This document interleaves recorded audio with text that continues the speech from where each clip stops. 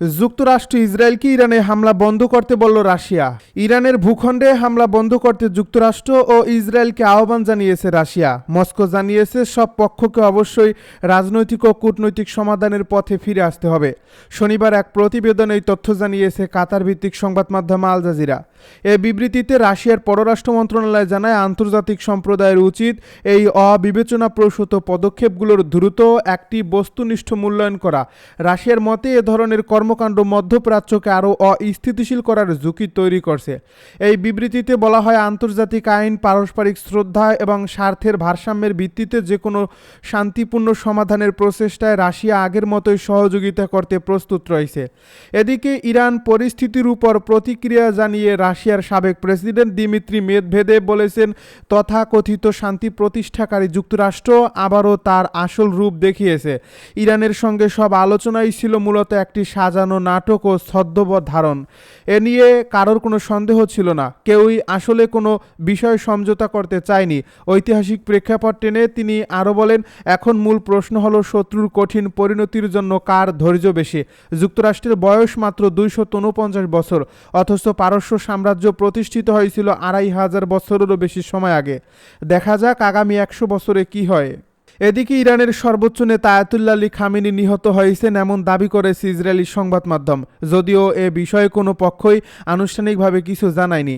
ইসরায়েলের television channel 12 অজ্ঞাতনামা Israeli সূত্রের বরাতে জানিয়েছে, শনিবারের এই হামলায় ইরানের সর্বোচ্চ নেতা আলী খামেনি সম্ভবত নিহত হয়েছেন এমন মূল্যায়ন করছে ইসরায়েলের কর্মকর্তারা।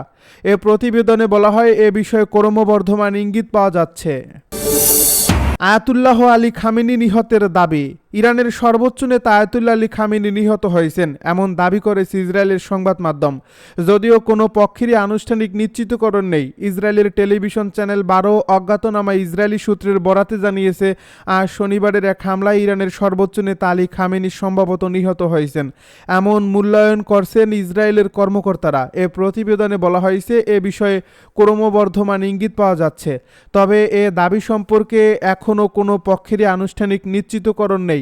চ্যানেল 12 আরও জানায়, এর কিছুক্ষণ আগে ইসরায়েল মূল্যায়ন ছিল যে খামেনি অন্তত আহত হয়েছেন। এই মূল্যায়ন স্যাটেলাইট চিত্রে তার প্রেসিডেন্ট কম্পাউন্ড ধ্বংস হয়ে যাওয়ার ভিত্তিতে নয়, বরং অজ্ঞাত সূত্র থেকে পাওয়া তথ্যের উপর নির্ভর করে করা হয়েছে। এই প্রতিবেদনে বলা হয়েছে, খামেনির শীঘ্রই ভাষণ দেওয়ার কথা রয়েছে। যদি তা সম্প্রচারিত হয় তবে সেটি আগেই ধারণ করা হয়ে থাকতে পারে বলে ইঙ্গিত দিয়েছে চ্যানেলটি। এদিকে ইসরায়েলের রাষ্ট্রীয় টেলিভিশন কান জানিয়েছে, খামেনির সঙ্গে ইরানি কর্মকর্তাদের কোনো যোগাযোগ নেই এবং তার বর্তমান অবস্থা অজানা। চ্যানেল 12 আরও জানিয়েছে, আজকের এই হামলায় ইরানি শাসন ব্যবস্থার নেতৃত্ব ও সামরিক কমান্ডারদের খুবই উল্লেখযোগ্য ক্ষতি হয়েছে, তবে এসব তথ্য স্বাধীনভাবে যাচাই করা সম্ভব হয়নি। এর আগে রয়টার্সকে এক ইরানি কর্মকর্তা জানান, ইরানের সর্বোচ্চ নেতা আয়াতুল্লাহ আলী খামেনি বর্তমানে তেহরানে নেই, তাকে একটি নিরাপদ স্থানে সরিয়ে নেওয়া হয়েছে। ইরানে আজ শনিবার ভোরে হামলা চালিয়েছে ইসরায়েল।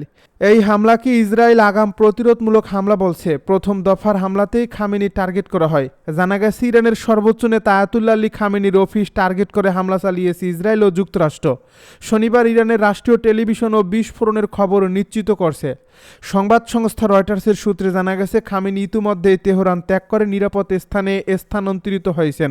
তার বর্তমান অবস্থান সরকারিভাবে গোপন রাখা হয়েছে। শনিবার দুপুর ইরানি কর্মকর্তাদের বরাতে এ তথ্যটুকুই প্রচারিত হয়। এরপর খামেনির অবস্থান বা আহত হওয়ার গুঞ্জন নিয়ে আর কোনো পাল্টা বিবৃতি আসেনি। মধ্যপ্রাচ্যের আকাশে হঠাৎ করেই জ্বলে উঠেছে যুদ্ধের আগুন। দীর্ঘদিনের উত্তেজনা, কূটনৈতিক বাকযুদ্ধ আর পারস্পরিক হুমকি অবশেষে রূপ নিয়েছে সরাসরি সামরিক সংঘাতে।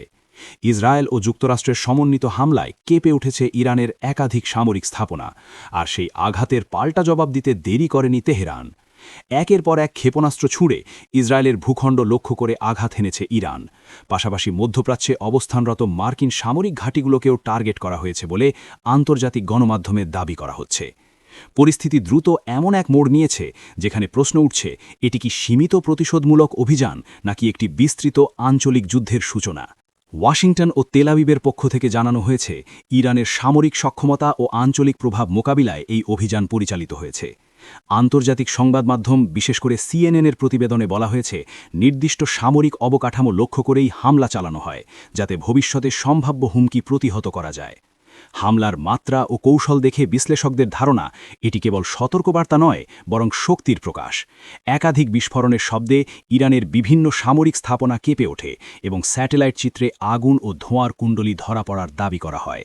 হামলার পরপরই মার্কিন প্রেসিডেন্ট ডোনাল্ড ট্রাম্প এক বার্তায় বলেন, এই যৌথ অভিযানের উদ্দেশ্য ইরানের পক্ষ থেকে আসা সম্ভাব্য হুমকি নির্মূল করা এবং মার্কিন নাগরিকদের নিরাপত্তা নিশ্চিত করা। তিনি ইরানের সামরিক বাহিনী ও বিশেষ করে ইসলামিক রেভলিউশনারি গার্ড কোর্সের সদস্যদের উদ্দেশ্যে অস্ত্র সমর্পণের আহ্বান জানান। একই সঙ্গে হুঁশিয়ারি উচ্চারণ করে বলেন, সংঘাত অব্যাহত থাকলে কঠোর ও চূড়ান্ত পরিণতির মুখোমুখি হতে হবে। ওয়াশিংটনের এই কড়া বার্তা আন্তর্জাতিক অঙ্গনে নতুন করে উত্তেজনা ছড়ায়। তবে তেহরানও নীরব থাকেনি। হামলার কয়েক ঘণ্টার মধ্যেই ইরান থেকে ছোড়া হয় শতাধিক ক্ষেপণাস্ত্র, যেগুলোর লক্ষ্য ছিল ইসরায়েলের সামরিক ও কৌশলগত স্থাপনা। ইসরায়েল জুড়ে বেজে ওঠে সতর্কতামূলক সাইরেন, মানুষ ছুটে যায় আশ্রয়কেন্দ্র ও বাংকারে। রাজধানী তেল আবিব সহ বিভিন্ন শহরের আকাশে দেখা যায় প্রতিরক্ষা ব্যবস্থার তৎপরতা। আয়রন ডোম সহ বিভিন্ন প্রতিরক্ষা প্রযুক্তি সক্রিয় হয়ে আকাশেই বহু ক্ষেপণাস্ত্র ধ্বংস করার চেষ্টা চালায়। তবুও বিস্ফোরণের শব্দ, ধোঁয়া আর আতঙ্কে সাধারণ মানুষের মধ্যে অনিশ্চয়তা ছড়িয়ে পড়ে। মধ্যপ্রাচ্যে অবস্থানরত মার্কিন সামরিক ঘাঁটিগুলোর দিকেও ক্ষেপণাস্ত্র নিক্ষেপ করা হয়েছে বলে আঞ্চলিক সূত্রগুলো দাবি করছে।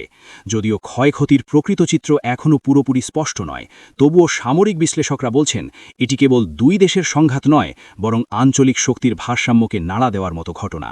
কারণ ইরান দীর্ঘদিন ধরে লেবানন, সিরিয়া ও ইরাক সহ বিভিন্ন অঞ্চলে প্রভাব বিস্তার করে আসছে। ফলে এই সংঘাত যদি দীর্ঘায়িত হয়, তবে তা সহজেই একাধিক দেশে ছড়িয়ে পড়তে পারে।